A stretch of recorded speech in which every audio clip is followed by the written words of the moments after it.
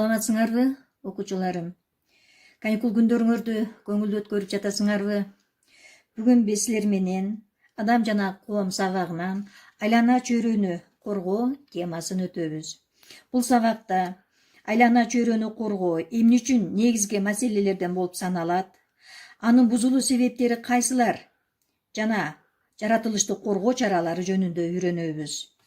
Берилген маалыматтарды анализдеп, жыйынтык чыгара билгенге, өз оюңарды эркин айтууга көнүгүү менен жаратылышты сүйүү, аны коргоого салым кошуу жарандык милдеттиңер экендигин билебиз. Адамдар бул жол менен 10-15 миң жыл мурда жыйноочулуктан дыйканчылыкка, аңчылыктан мал багууга өткөндүгүн силер тарых сабагынан өздөштүргөнсүңөр. Мына ушундан баштап адамдар өздөрүнө керектүү азык түлүктү өздөштүрө башташкан. Же болбосо алар өздөрүнүн муктаждыктарын канааттандырышы үчүн жаратылыштан көп нерсени алып пайдаланууга өтүшкөн. Адамдар жаратылышты коргой билүүсү андан алууну гана билбестен пайдаланган нерсени калыбына келтирүү зарылчылыгындагы үйрөнүшү керек. Жаратылыш ресурстарын туура эмес пайдалануунун натыйжасында өсүмдүктөрдүн, жаныбарлардын табигый түрлөрү жоголо баштаган. Эгерде мындай көрүнүштөрдү токтотуп калбасак, кийин биздин урпактарга көп туура эмес проблемалар болушу мүмкүн. Ушундай абалдан чыгыш үчүн бардык адамзат жалпы күрөшүүгө туура келген. 1949 жылы Жаратылышты коргоочу эл аралык союзунда дүйнөдө жоголуп кете турган жаныбарларды сактоо үчүн атайын комиссия түзүлгөн.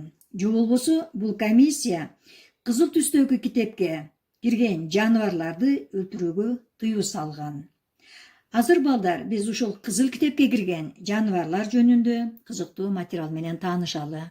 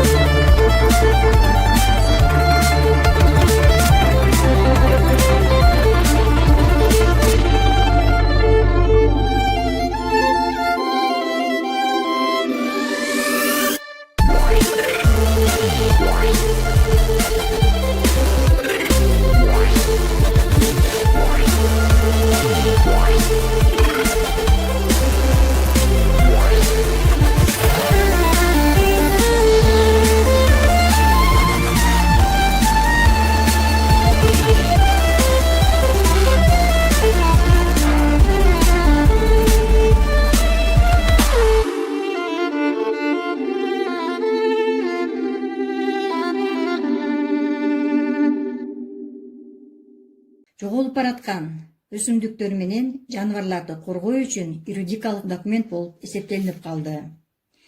Тилекке каршы азыр да айлана чөйрө өтө жаман абалда экендигин баарыбыз күндөлүк турмуштан көрүп жатабыз. Өнөр жайлардын саны өтө көп болгондуктан атмосферага миңдеген зыяндуу заттарды тонналап бөлүп чыгаруу күндөлүк көрүнүшкө айланса, автомашиналардын санынын көбөйүшү дагы абанын бузулушуна чоң салымын кошууда. Башка мамлекеттер сыяктуу эле Кыргызстанда дагы таштандылардын, калдыктардын көбөйүшү жаратылышка көп зыян алып келүүдө.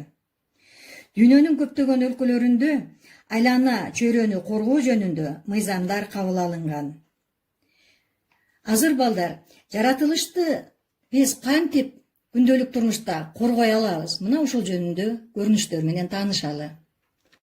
Кегети капчыгайы бул жердеги ажайып тоолор, тоо борунан аккан шаркыратма жана дарыясы менен азыр укмуштай көркүнө келип турат. Дем алыш күндөрү бул жерден чүйлүктөр эле эмес, Бишкектин, чет элден келген туристтердин аягы үзүлбөйт.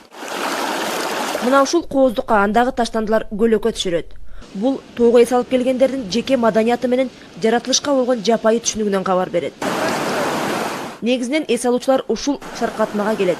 Алар тамак ашын чатырларын ала барып, кечке шапар тээп шарактап жүрүп, кеч киргенде ошол жерди тазалаганды эстен чыгарып коюшат. Бир машина өзүнүн тамак ашын жүктөп келип, ичип анан ичип жеп, ушул жерде майрамдашып алып эле, анан бир баштык таштандыны кайра алып кеткенге мойну жарбыр ушул жерге таштап кетип атат. Биздин башка мекенибиз жок да. Биздин элдер бирөөнүн жеринде арендада жашагандай болуп жашашат да. Мейли арткан өрткөн калдыгын алып кетпей эле койсун. Жок дегенде өзүнөн калган таштандыны чогултуп, жол жээгине же андагы урнага таштап койсо, кайсы бир кызмат же жерди ижарага алып иштетип жаткандар алып кетишмек. Мына ушул экологиялык маданияттан кат кабары жокторго сабак болсун деп, студенттер шаркыратманын айланасындагы акыр чекерди тазалап чыгышты. Боюнча бул спирт ичимдиктеринин бутулкалары, айнек бутулкалары көп болду да. Мен адамдардын аң сезимине көп эле түшүнө бербейм да. Себеби бул өзүбүздүн жаратылышты келип эс алганда өзүлөрүнөн ашкан таштандыларды мынтип таштап кетип жатышат. Кегетидеги шаркыратма жана анын айланасын жеке ишкерлер ижарага алган. Алар күндө тазалайт, бирок эс алуучулар кеткенден кийин баягы эле көрүнүш. Мына ушул шаркыратманын айланасына эс алуучулар көп келет. Кадам сайын бул жактан таштандыларды жолуктурууга болот. Бул жакты ижарага алгандар байма-бай тазалаганы менен мына ушундай кап-кап таштандылар бул жерде өтө эле көп чыгат. Капчыгайды таштандылардан арылтуу эле эмес, анда байырлаган жан-жаныбарларды дагы сактоо максаты экологдордун көйдөнүндө турат. Анткени Кегети Кызыл китепке кирген илбештин мекени. Аларды коргоо экологдордун эле милдети эмес. Жөнөкөй жарандардан тарта атка минерлерге чейин аны сактап коргогонго милдеттүү. Ошондуктан жаратылышты коргоо акциясына мамлекеттик түзүмдөрдүн өкүлдөрү да катышты. Кегети Капчыгайында илбештин байырлаган жери өзү. Анан мына ушул жерден атылып калса, силер деген тияктан акыркы точкасы катары, акыркы бияк башталган точкасы, тияк силер акыркы точкасы болушуңар керек. Ошону чогуу иштешели. Баарыбыз бири-бирибизге байланышып, ушул билдирүү кылып туруп иштешели деген бул жалпы жаратылышты коргоо боюнча иш-чара болуп атат. Хан сарай салып, чеп куруп алсак дагы дем алган аба менен ичкен суубуз таза болбосо, ошол мүлктүн пайдасы канча? Ошондуктан ар бир жаран жаратылышты көздүн карегиндей сактоого милдеттүү экенибизди унутпайлы. Гүлнара Касымбекова, Чыңгыз Жумагулов, Коомдук биринчи канал, Чүй облусу.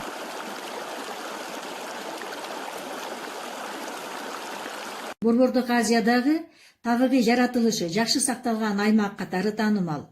Өлкөбүз тоолуу болгондуктан жапайы жаныбарлар, өсүмдүктөрдүн миңдеген түрлөрү кездешет.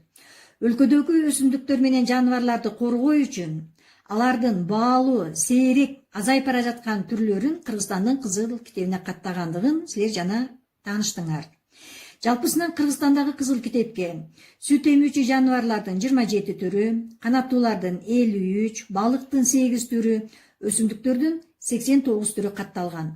Булардын азайышына башаламан жүргүзүлгөн аңчылык, мал чарбачылыгында малдын санынын кескин көбөйүшү, тоолордо жайыттын азайышы себеп болсо, алар менен азыктанган жаныбарлар дагы азыктын жетишсиздигинен азаюуга туура келген. Шаарлардын өсүшү, көбөйүшү, өсүмдүктөрдүн, жапайы гүлдөрдүн, дары өсүмдүктөрдүн, чөптөрдүн өспөй калышына себеп болду. Азыр биз Кыргызстандагы табигый чөйрөнү сактап калууга көп аракеттерди кылуудабыз. Биздин өлкөдө 2 улуттук, 4 жаратылыш паркы жана 8 корук ушул максатта иш жүргүзүп жатат. Силер бул картадан көрүп турган коруктар негизинен жаратылышты коргоого жана калыбына келтирүүгө, болгондо дагы табигый калыбына келтирүүгө багытталган иш-аракеттерди көрүүдө. Көрсө өлкөбүздө табигый чөйрөнү калыбына келтирип, аны сактап калууга көп көңүл бурулуп жаткандыгын билсек болот. Азыр ушул коруктардын бири биз сыймыктансак болот, Кара Кулжа аймагында жайгашкан Кулун ата коругу жөнүндө саякат кылалы.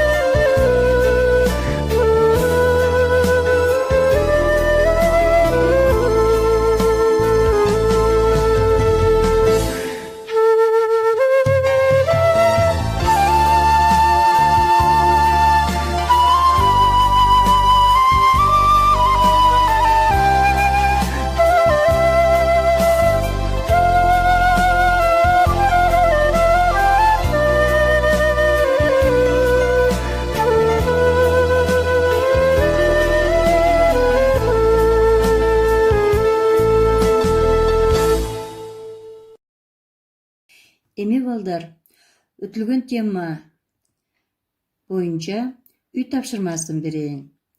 Биринчи, колдонмо дептериңердин 47 бетиндеги кен байлыктарды казууда кандай коопсуздук иштери жүргүзүлүшү керек деген суроого жооп жазгыла.